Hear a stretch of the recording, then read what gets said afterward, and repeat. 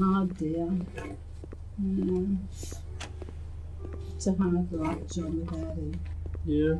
Yeah. I don't know. I'm lost without him. Really am.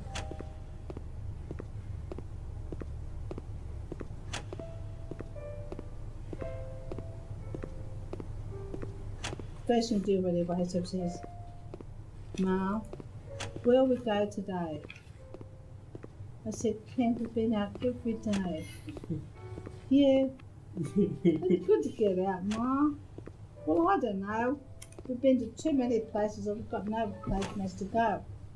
So he said, okay, well, we'll get in the car and go somewhere. So, all right, we'll get in the car, we'll get to the bottom of the driveway. He said, now, where we go, Ma, where we go? I say, well, we went that way yesterday, we'll go this way today. So we go that way today, we'll just drive around.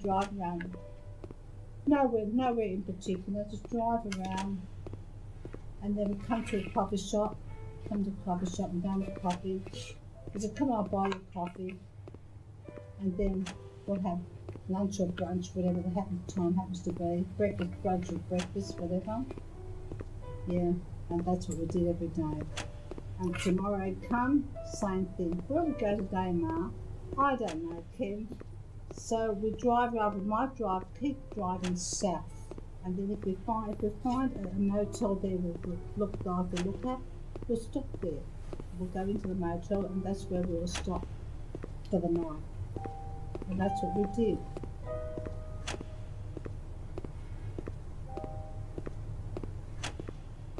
We always had our bag in the back in case we found a place we wanted to stop. And that's what we did, John. In the afternoon, well, you know, what time do the races start, John? What time do the races start? We go all day. So we get in the car and drive along. I'd have my crossword book, my reading book, because I know somewhere he's going to stop. Okay, I just want to pull in here for a few minutes, Ma. Okay? All right, Ken. He gets out. I get out my reading book and my crossword book. It's going to be more like half an hour. So he was happy doing what he'd do in the afternoon. I was happy doing what I do with my books and stuff. Yeah.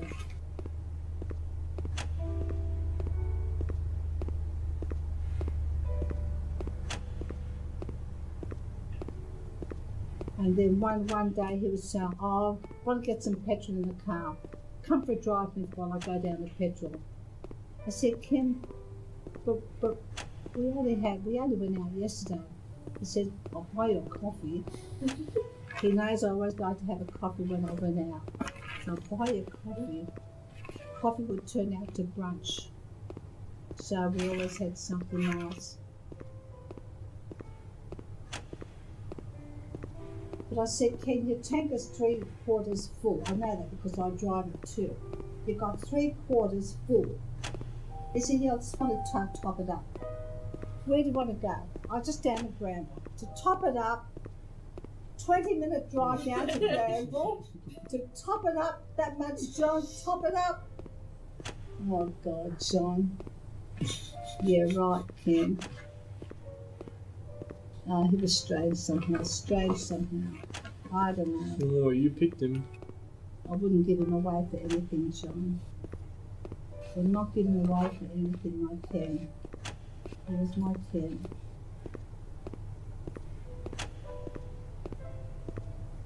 Don't know why he did that to me. It wasn't fair.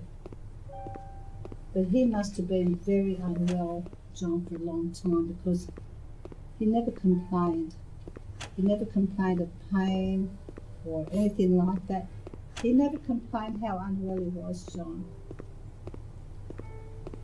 It was Monday morning. I said to him, all right, Ken, get ready now and go. He said, I don't feel like going, I'm too tired. I said, well, you don't have to drive, I'll drive.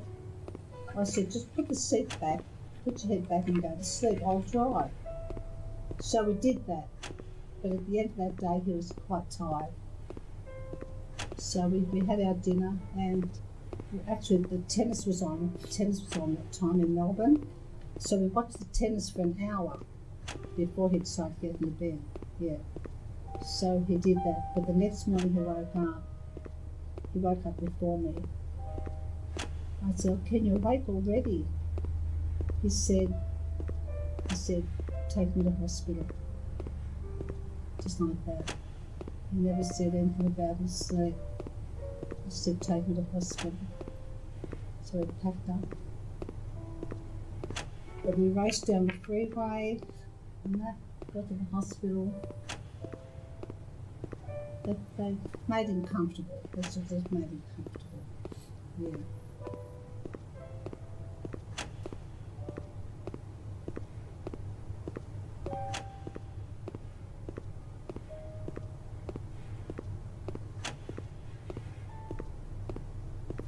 So he spent 5 days in that hospital.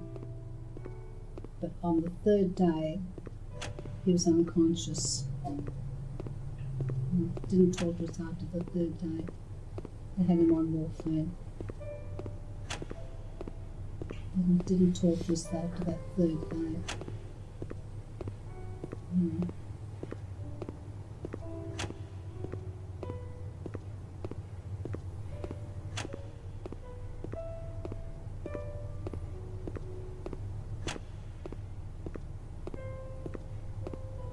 For the last 2 days, we weren't able to speak to him because he couldn't answer us.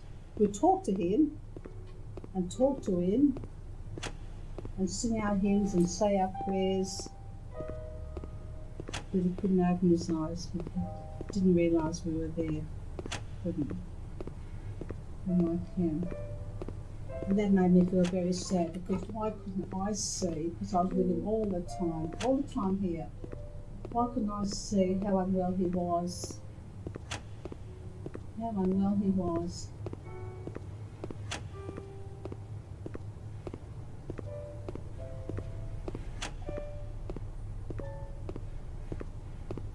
At that time, they weren't allowing people into the rooms, and they allowed no visitors.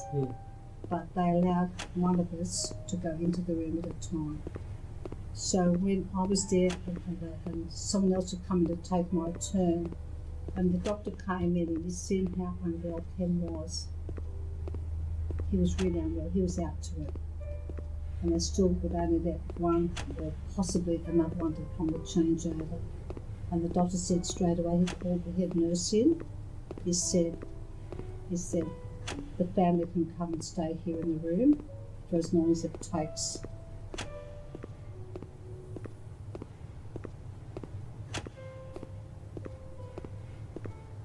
We were allowed to stay in the room, and we stayed with him. We stayed with him all day, all night, and all day, and all night for the second night.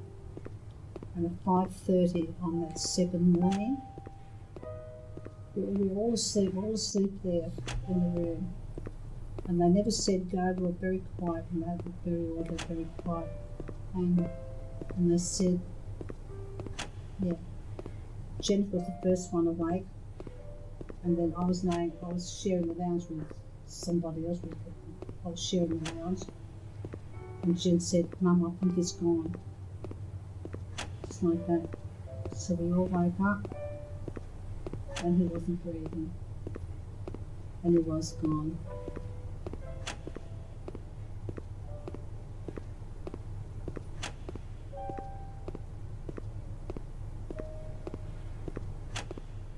That was the end of my Ken.